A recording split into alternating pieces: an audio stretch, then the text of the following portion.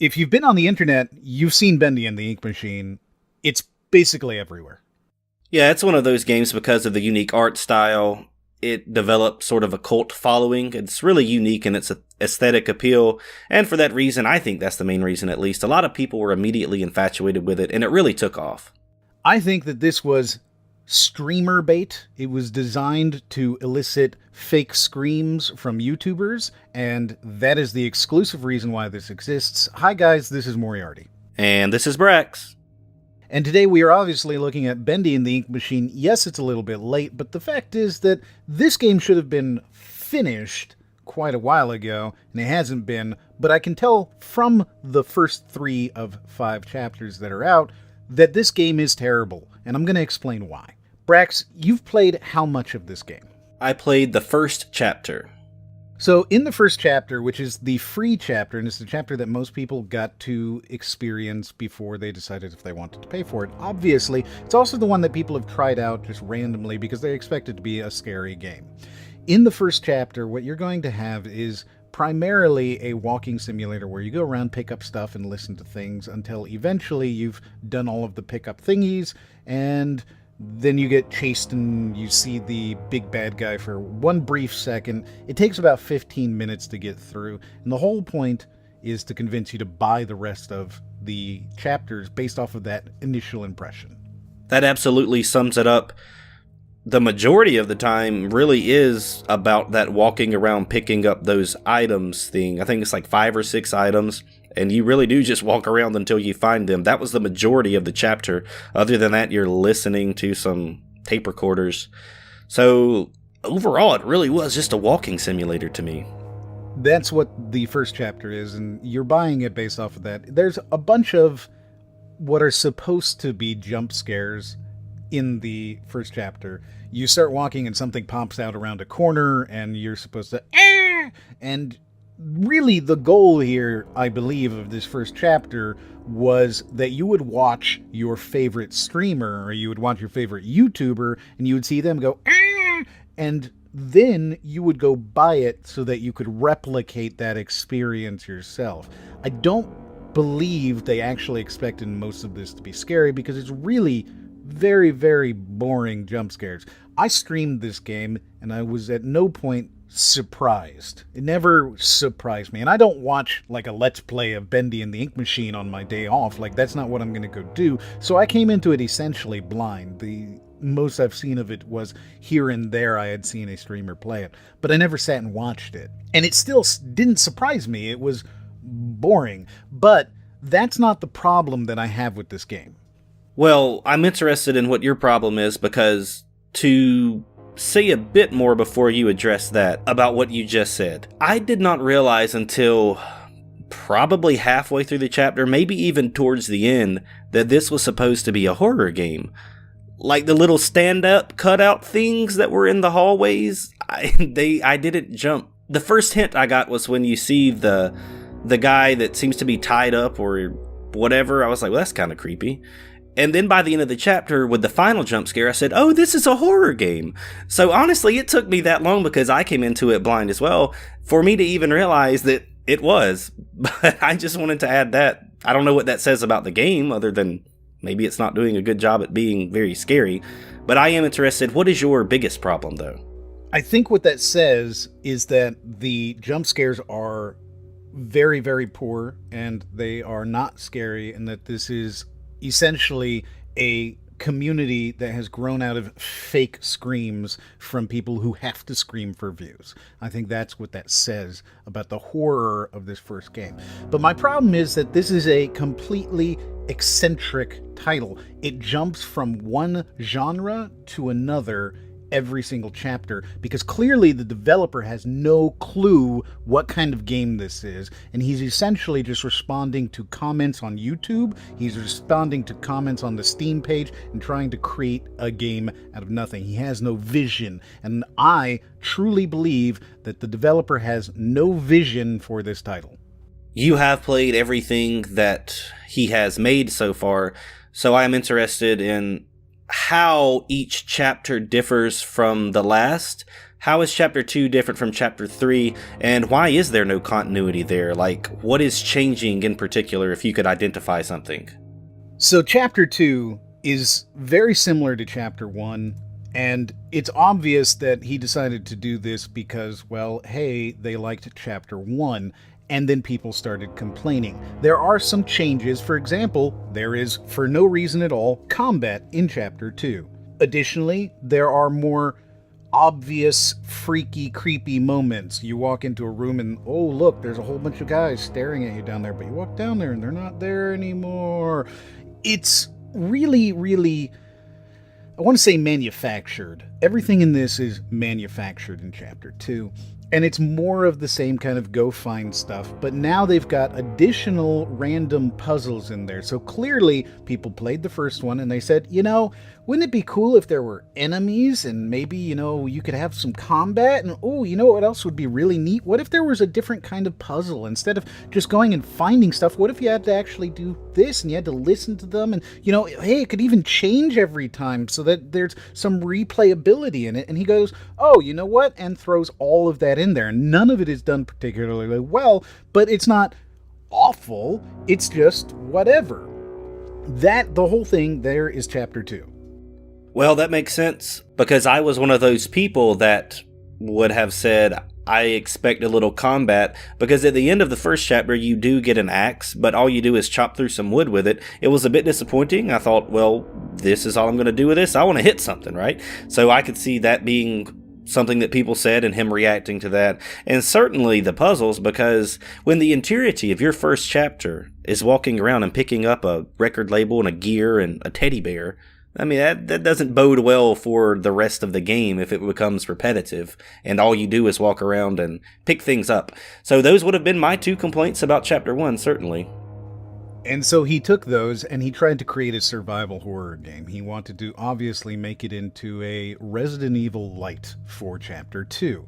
Whereas in the first one, it was a lighthearted, here you go, we're going to give you some slight jump scares. So Chapter 1 is your jump scares. And Chapter 2 is basically exclusively Resident Evil Light. The worst is when you go to Chapter 3, however, because Chapter 3 is Outlast. And it is also a collectathon. It is 2 things that shouldn't really be together, and it's also, oh my goodness, like 12 times longer than Chapter 1 and 2 combined. Wow, so it's almost like Chapter 3 is an entirely different game altogether. That's weird. Yet again, you can see the complaints. Oh, the combat's too easy, there's no real damage, and all you have to do is smack them a few times. Okay, we'll make a literally impossible to kill enemy. Oh, we only visited one place and it was kind of boring. Okay, we're going to give you 6 different levels that you have to go to in this thing. Oh, and there was no events. Okay, well, we'll give you a couple of events. Oh, and I'm really bored with this random character. Okay, well, we'll give you a new character. It feels like what he's doing is he's getting the complaints, putting them on a list, and then literally just checking them off as he goes. Which means that every single time you're going into a completely different game. So Chapter 1 is all about jump scares. Chapter 2 is Resident Evil Light. And Chapter 3 is Outlast, the collectathon version. Well, that doesn't make any sense to me, because that sort of pandering means that he's not going to have a distinct direction that he's headed with all of these. And when you were selling them for $6 a piece for each chapter, then people are eventually going to not be willing to buy these chapters, especially not when they first come out, because at that point they're thinking, I don't know what to expect. I don't know what I'm going to get out of this. Is this going to be better than Chapter 1, but not like Chapter 2? Because I didn't really like Chapter 1. Chapter 2 was a little better, but then Chapter 3 was nothing like the first 2. So what do I expect in Chapter 4? And so on and so forth. So while that's okay that he wants to address the issues that his players have, at the same time, it shouldn't be all about just dumping all of those recommendations into a game in order to try and satisfy everyone, because in the end, that isn't going to be a sustainable thing for your players or for you to market your game. And beyond that, it's really very boring. That's my biggest problem, is this is such a boring game. It's not scary because it's clearly manufactured jump scares. And I feel like anybody who plays it that is honest about it will play through the first chapter. And you can go do it right now. It's completely free for the first chapter. And play it for 15 minutes. You'll complete the whole thing and you'll understand what I'm saying when I say this is boring. It is not scary. Well, now imagine they decide to take that and, oh, here's some random ass combat. It's still boring, but now you get to hit some people. Yay. And then finally you go into Outlast, you go into Amnesia, and you're in that game now, hiding from the omnipotent Bendy who literally walks through walls, and if he sees you, you die. Hiding inside of cupboards, just like Outlast, and sneaking around, stealthing around, trying not to be found by the monsters, and you've got random patrols who walk through stuff as well, and yeah, they're not omnipotent. They can be beaten, but they're really hard. You have to stealth them. It's a totally different game, and it's so long. Every time you go down and you talk to the little angel cat thing, she's like, oh, you just did this mission for me? Here's another mission. And then you go down and you do the exact same thing again. You have to go get a thing and avoid being seen, and then get back to the thing. And here you go, here's the thing. Okay, go find another thing. So now they're going to send you to another level. You go get the thing, you come back to her, here's the thing. Okay, here's another thing, go get that thing. And you go and you do that too. And this game is bad because of that. The director, the developer, has absolutely no vision. He doesn't know what kind of game he's making. And he's not making any particular game. It's a problem. It's almost like being stuck in a feedback loop, right? And that's something that I have encountered in other horror games. It's one of the easiest pitfalls for them to fall into, is doing the same thing over and over. And it seems like many of the horror games that I play do that, where you'll do something at the beginning of the game, and then you'll go to another stage and you'll do the same thing, but it just increasingly becomes a little more difficult. And for me, that means that the most important thing that horror games need is a personality and a story that I can invest in. With Bendy, I'll say this, it does have a personality. The entire game is the same color, and when you walk around, for me, it takes away from some of the ability to have Bendy actually scare you, to be something that pops up out of nowhere and makes you jump. Because I see Bendy all the time in this game. Like, Bendy's always in my face. There's a pop-up in this brown room, and it's black, and everything else is black and brown too, and it just doesn't really do it for me. I don't know why. It just seems like I see Bendy too much. Why is he always there? Part of being scary, having a personality, for me, is the unexpected, the unknown. And I feel like after 10 or 15 minutes of playing through the first chapter, I've already seen everything that's going to scare me. I don't see anything changing. And even if you do add combat to that, that takes away fear as well. Horror games don't always need combat, because if I can defeat something, then that takes away my vulnerability. For me, this thing just does a lot of typical stuff that a horror game does. It checks the boxes off, but at the end of the day, I felt like I really just walked around and waited on a cutout to pop up in front of me, and I went, oh, there's another one. That's exactly it. This is a checkbox game. This is development by numbers, and it's unfortunate because it has potential. The art style, I think, is endearing. It reminds me of Cuphead now, and I can clearly say, hey, this is a 1930s-esque art style. People enjoy that, as made evidence by Cuphead. It's a very pretty art style in that way. It's cool. I can feel the nostalgic attempt here. It definitely comes at you with a Betty Boop kind of feeling. I like that.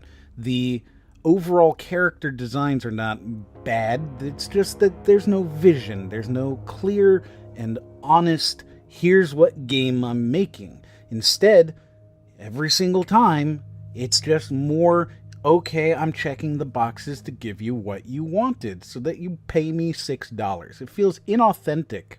And I can't help but feel that now, Chapter 4, when that eventually comes out, is just going to be a list of the complaints about Chapter 3. So it'll be definitely shorter because chapter 3 was too long. It'll be definitely scary. It'll be a scary one this time. We've got to make it really scary. And there's going to be more jump scares and oh, I missed this. It's going to be that where they just simply take all of the complaints and put a band-aid on it for chapter 4. They'll get rid of the fetch quests. They'll get rid of the filler. It'll be shorter. It'll be whatever. There's just no reason to play this unless you're a streamer who is wanting to scream at really fake jump scares for the humor of your viewers. Right, and that's the disappointing part about that is that they would be acting. In my opinion, the game isn't scary enough to actually warrant an actual jump scare. Maybe once or twice, but on a regular basis, I would feel like if I watched a streamer that was just acting like, oh my god, I'm so scared of this game, it's horrifying, I would feel like, come on man, you're lying. It really isn't that scary. And I think that is part of the allure, is to use it for that though. So even then, I just feel like, I don't like the end result of it. And that's really what it comes down to. I can tell you, without any spoilers whatsoever, the kind of scares you're going to get in any of these chapters. First, a plank will fall, then a Bendy cutout will pop out of a corner, and then Bendy will show up. Then you go to chapter 2, and what's going to happen that's scary? Absolutely nothing. It's all creepy things where you're going to hear music or you're going to see people off in the distance. And then chapter 3, what's scary? Absolutely nothing. It's all Outlast where you're just hiding in cupboards. This is, as far as I'm concerned, the perfect example of an overhyped and unfinished, unworthy title. There are so many better games out there that you could go spend $12, $18, $24 on and get really good quality content out of it. Whereas with this, you're getting who knows. Chapter 4 could be a side-scroller because people said I liked Cuphead. There's really no clue because this developer has absolutely no defining vision. For me, one word that you just used describes it perfectly. Everything feels unfinished. And I understand it's a work in progress and it's being sold chapter by chapter, but even then there's no continuity. I've played 3 games on stream lately that are better than this, and all 3 of them would be cheaper than if you were to buy 4 chapters of this game, or even 3. For me, it isn't really special. There are lots of horror games that are doing what it does better, and I wish this game would have came out as a full game. A lot of times I'm okay with chapter by chapter releases because it gives players an opportunity to decide whether or not they like it and want to invest in it further. But this one falls short of the mark, and I think it really doesn't do well in that format. There's nothing that I can say about this other than I just don't recommend it. If you'd like to try out the free one, go for it. It's free. It'll take you 15 minutes to get through, but I really don't recommend buying the other chapters unless, for whatever reason, the first one actually does scare you. There you go, guys. That is Bendy and the Ink Machine. I don't recommend it, and neither does Brax. If you like this video, please go ahead and give it a like and share it, and if you didn't like it, then don't do that. If you do like it, however, go ahead and watch another one up in the corner, and as always, We'll see you guys on the next one.